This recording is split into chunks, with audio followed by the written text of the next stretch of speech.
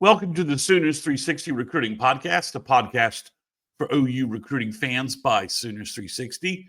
Each week we catch you up on the latest in OU recruiting news and provide opinions and evaluations on all things OU football recruiting. I'm Chris Mason, lead recruiting analyst for Sooners 360. This podcast is now sponsored by Sooners 360 on Patreon. To support this podcast, please go to patreon.com/Sooners360817 and click subscribe. It's only $2 a month, and there's also a free trial option.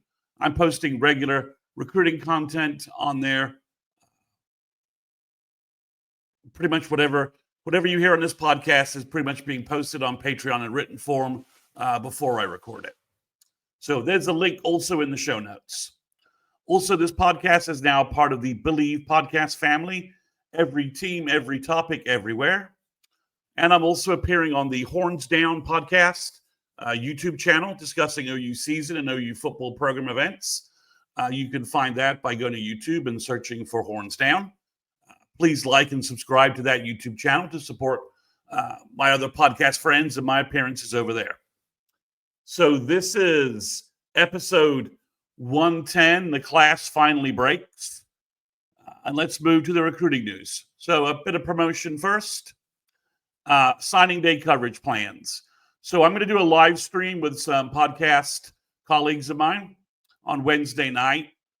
It'll be 8 Eastern time, 7 Central, and I will post further updates on Twitter and on the Patreon site about that in terms of giving you guys enough lead time and notifications to know that that's occurring. On Thursday, I'll be recording offensive and defensive class breakdowns. And finally, I'll record with the Horns Down podcast once the OC announcement is approaching something official.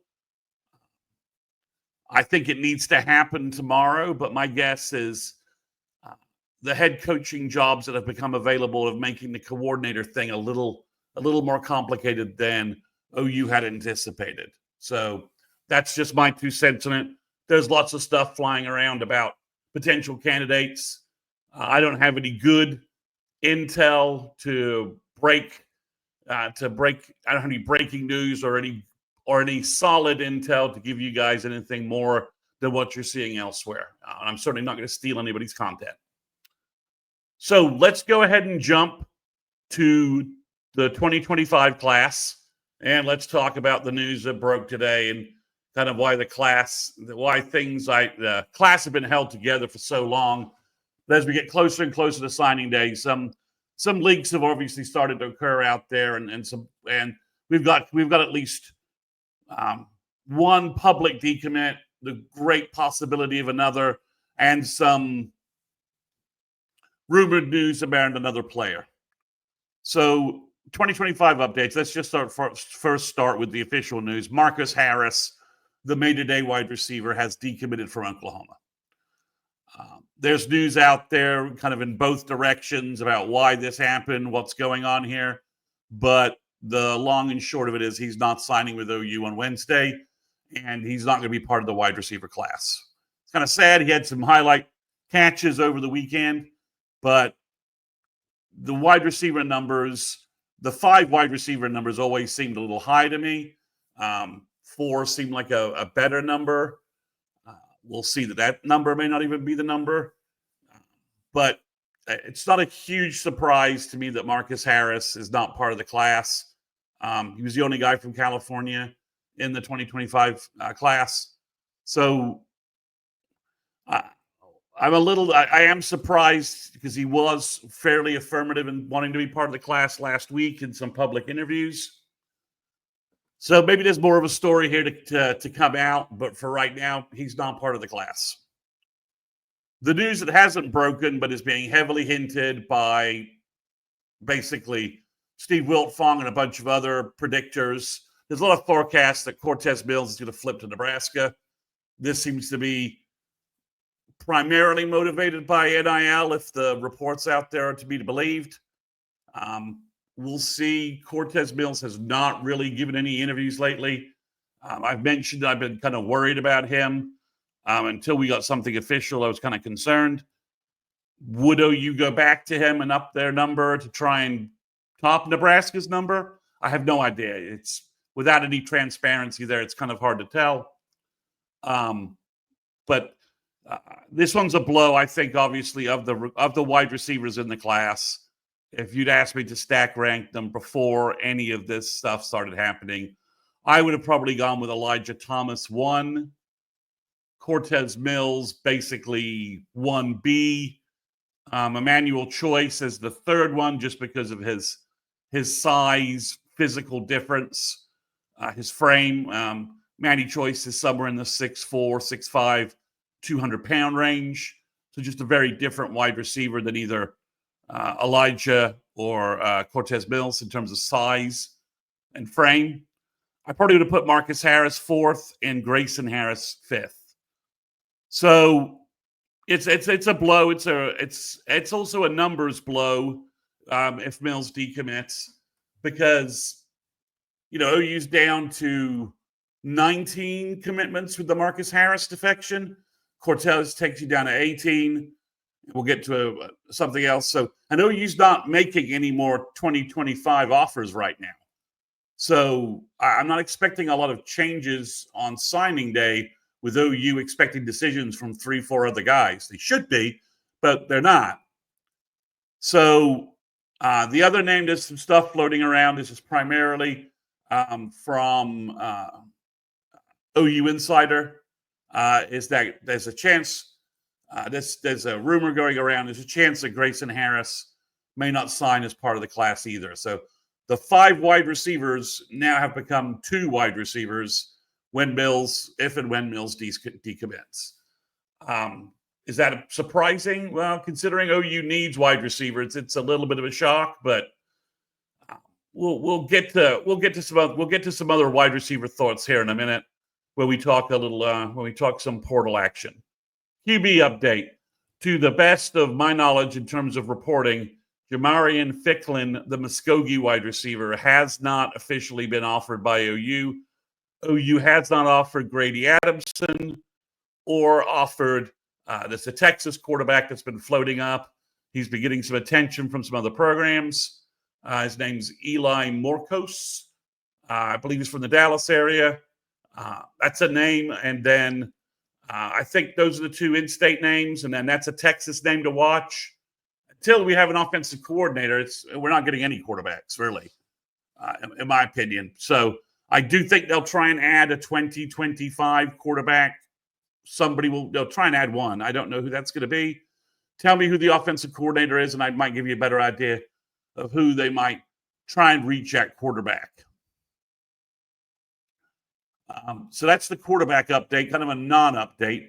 In terms of it's not a 2025 update, but I just felt like I need to give him the shout out.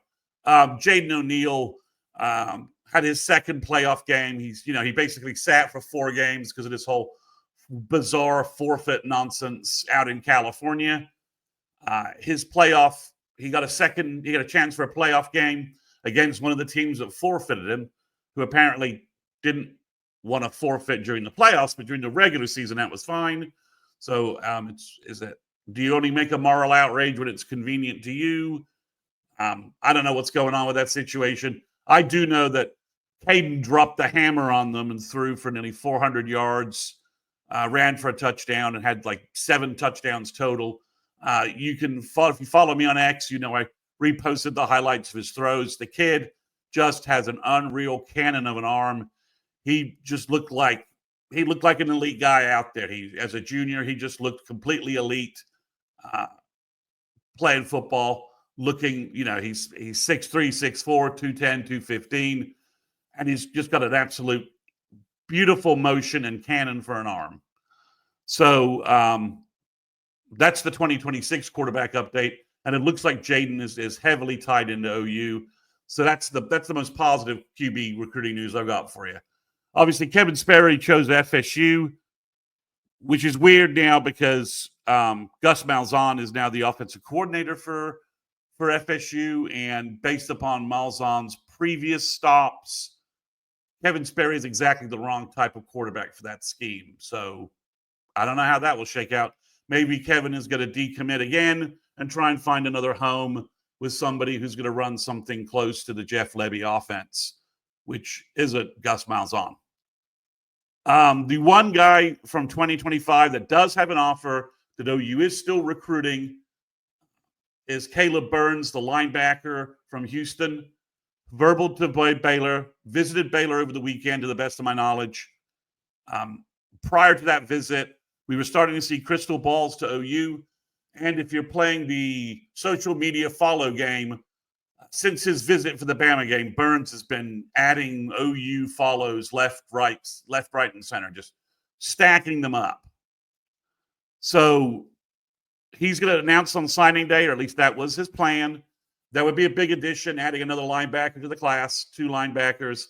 Marcus James has had a great end of his season. As I mentioned previously, I am a little concerned is not the right word. Just I feel like he's going to end up outgrowing linebacker and end up at defensive end. He's just so big, long, so powerful and athletic. I just think by the time he hits a sooner weight room and training table, he'll be 240 plus before we know what's happened. And with his wingspan and everything else, it's going to make too much sense to move him to rush end. But we'll see if that actually happens. So Caleb Burns would be a good addition at linebacker. There are no other 2024 offers out there. The lack of offers at defensive end and defensive tackle, I understand what is no tight end offers. We're getting a new tight end coach. That makes sense. But at defensive tackle and defensive end, you've had good years from Jaden Jackson, DeJoun Terry. You've had good years from Ethan Downs, R. Mason Thomas. I do not understand why OU has not made the move to add additional players in this class beyond C.J. Nixon and Trenton Wilson. I know Alexander Shield Knight's verbaled, but I'm having a hard time seeing Shield Knight as being twitchy long enough and twitchy enough to be an impact pass rusher in the SEC. I think he could be an excellent fullback, H-back. I think he's got all the skills in the world to pull that off for OU, put on 20 pounds, be a 6'2", 6'3", 245-pound H-back in the Dimitri Flowers kind of realm, and be very useful in that role. So to me, it's just Nixon and it's just Wilson, and which means you have to hit on both of those guys because you got to keep adding D-line talent into your recruiting classes, and if you can't, it's going to come back to bite you. So I'm very confused by the lack of offers at D-line and defensive tackle. Sorry, defensive end and defensive tackle. It almost makes me wonder if OU is holding positions because they have some portal. They've got some hints on folks they want in the portal who've already reached out. I got no evidence to back that up. That is a pure assumption, trying to read the recruiting tea leaves. But if you ask me why we haven't made more offers at defensive tackle, when there have been defensive tackles and defensive ends, OU should be recruiting, should be offering, should be getting visits on campus. Doesn't make any sense to me that, Todd Bates is not taking advantage of adding in we had 3 defensive tackles at one point. We were going to sign at least another defensive end in July. So in June and July when the recruiting battles were getting decided. So it doesn't make a lot of sense to me. So we'll see how that shakes out. But it would be nice if Todd Bates and Chavis are sitting on something and just waiting to kind of do the magician's reveal and show you, nope, don't worry, we've got something behind the curtain, as opposed to, Wizard of Oz, man behind the curtain with nothing going on. So where does this leave our signing day class and what's going on there? So OU's now down to probably signing 17 kids, maybe 18 kids on signing day. They can get Burns or something dramatic happens at quarterback. OU could be back to 19 kids, which is about 5 less than I thought OU needed to sign. Will they try and pick up more 2025 kids with this weird signing day, not signing day kind of process thing we're about to walk through? I don't know. I do know that at 19 verbals, with the guys we have in their rankings, OU's recruiting class is going to drop to about number 20. It could drop further than that when folks add additional players and with all the different decommits and flips that are occurring around the country. If something were to happen to Michael Fasusi, who went to Texas, has come back, and I imagine, Texas is, they're down to college football playoff. They're in the SEC championship game. He saw them again. Texas, offensive line played well. They kind of dominated Texas A&M. I'm sure Texas is pushing every button they can to try and flip Michael Fasusi before signing day. We'll see what happens there. I don't have any updates beyond what I've said previously about his visit to Texas last time. So we'll see what happens. The portal is starting to get traffic in there. Obviously, the first guy that's entered was Jaquez Petaway. Not a surprise. If you couldn't get on the field for OU in the last 5 games at wide receiver and you've been on campus for 2 years, then something is seriously wrong with either the way you're interacting with OU or the way OU's interacting with you. That's a broken relationship that just needs to end. If he couldn't help us this year, he's never going to help us. So I hope he's able to reset his career and be successful somewhere else other than when he plays OU, if that's a team that he moves to.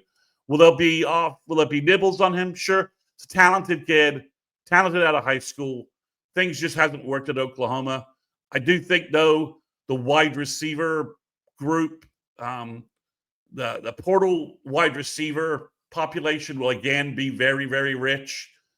And it may not be the environment that Petaway thinks it's going to be. I mean, it's one thing to get offers from a bunch of places who just put in placeholder offers out there. It's another thing to be brought in and really be given a chance. So I'll be interested to see where he goes. So I'll just report what I feel like are OU's portal needs at this point. OU needs a quarterback, cannot go into next year. No matter how much we might want to give Jackson Arnold another shot with a full wide receiver core, a real offensive coordinator, and an offseason to be coached up by that QB coach, offensive coordinator, a running game to complement him behind a more experienced, deeper, more talented offensive line. I just don't know if you're Brent Venables with your job on the line that you can go into next fall hoping that Jackson Arnold improves. So quarterback is task one. Based on the game we saw last night, I'm recording this late Sunday night, December 1st. Based upon the LSU game, I want a shutdown corner to push the young cornerbacks in the room so that you've got somebody to complement Eli Bowen, who, as a sophomore, should really be kind of a stud cornerback for OU. I want someone experienced shutdown corner on the other side from another program. The next 2 positions are more or less dependent upon what happens with OU's roster. If R. Mason Thomas leaves, you have got to pick up 2 defensive ends in the portal. Again, you don't have anybody who's played. You don't have any proven commodities at defensive end. You got lots of talent, no proven commodities. If Dominic Williams decides to go to the NFL, I think you probably need to pull another defensive tackle in. If he stays, I think you would have some decisions there depending upon what talent enters the portal with connections to Todd Bates. Wide receiver just got a whole lot more interesting. So let's just say that everybody is right and the rumors align in the pattern that seems to be trending tonight. OU loses 3 wide receiver verbal commits, only signs 2 high school wide receivers. Unless you have definitive word from the 5 injured wide receivers, I'm not counting Brennan Thompson or Zion Kearney, even though somehow they're banged up as well. If those 5 guys are coming back, then I would get the best guy you could get in the portal. If more of those guys are leaving, if Burks is going pro, and one of the injured wide receivers is going to transfer somewhere else and just try and get a fresh start, then I would probably go for 2 portal wide receivers and do a mix, slot and then a big flanker. Speaking of portal wide receivers, a lot of folks are going to probably ask if OU is going to kick the tires on Mekhi Hudson, the 5-star wide receiver from Texas Tech, who is now in the portal. Mekhi did not have a good year this year, was not very productive. If I was him, I probably would be maybe calling Emmett Jones and see if Emmett Jones is someone who can reignite my career. I don't know if that's a fit for OU or not. Probably be something OU would kick the tires on, but really I would prefer OU is picking up wide receivers from the portal who are, 800, 900, 1,000-yard seasons kind of guys. Trey Harris, Dion Coleman are the kind of the guys that, that I'm hoping OU spends their resources on. But I do think that probably we're trending to 2 portal wide receivers with the reduction in the signing class and the possibility that we may see a portal wide receiver go out from one of the injured guys just looking for a fresh start from that perspective. So other than wide receiver, I think you need the best offensive lineman you can find. Ideally, that would be a tackle so that you have more competition and more depth in the whole Howland, Taylor, Sexton mix. That's what I would do. And then if you can find one, get the best tight ends you can find. But, I mean, the portal and tight ends has been really a crapshoot. I wouldn't say that there's exactly been a flurry of elite tight ends that have been grabbed in the portal and have then excelled at their future location. But I do think you need to investigate that. In terms of OU players, more OU players hitting the portal, you're going to see, I would imagine, somewhere in the range of 10 to 12 guys hit the portal. I'm not going to name names. You guys can go up and down the roster and kind of figure out guys that perhaps would be looking for a chance to play, looking for a fresh start. Will OU take a hit from 1 or 2? We'll probably lose 3 guys that we just flat out don't want to lose. That's probably the reality of the portal here. So OU needs to do a better job and be more aggressive in the portal. Quality over quantity. I've said that the last couple of times. I'd like to see OU, not losing the battles for like Princely Umalian, not lose the battles for Trey Harris, the Ole Miss wide receiver from the previous year. Win those battles and definitely win the battle at quarterback. Get the guy you want, offer him the money you want, and go from there. So kind of a depressing recruiting update. It's going to get exciting, though, here with the portal in the next couple of weeks in December. And we're going to have a lot of information about the class. Hopefully, we start to see some more 2025 offers go out and some more 25 recruiting. We're also going to have portal updates on who's leaving the roster, and we'll do some analysis on these podcasts in terms of what are we losing, what are we really losing with this player departing.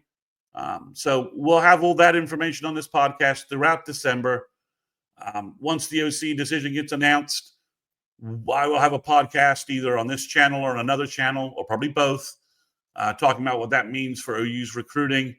And also OU needs to stabilize the offensive staff quickly. Emmett Jones, Bill, DeMarco, and they need to go ahead and cut Joe John Finley loose and hopefully announce a new tight end opening that OU can go out and fill it with somebody else. So that's all the news I got for you tonight. Props to Elijah Thomas in his final high school game at Chakota. They got knocked out by Sulphur, but he had 260 yards on 3 touchdowns. So it certainly wasn't his fault. I already told you Jaden O'Neal had a great day in his playoffs. And Torrey Blaylock, props to Atascocita and Torrey Blaylock. Torrey had 5 touchdowns in their big win Also, Ryder Mix, the 2025 tight end, 2026 tight end. Frisco Lone Star, they won a big playoff game over Midlothian, and Ryder was a big part of that. So props to him.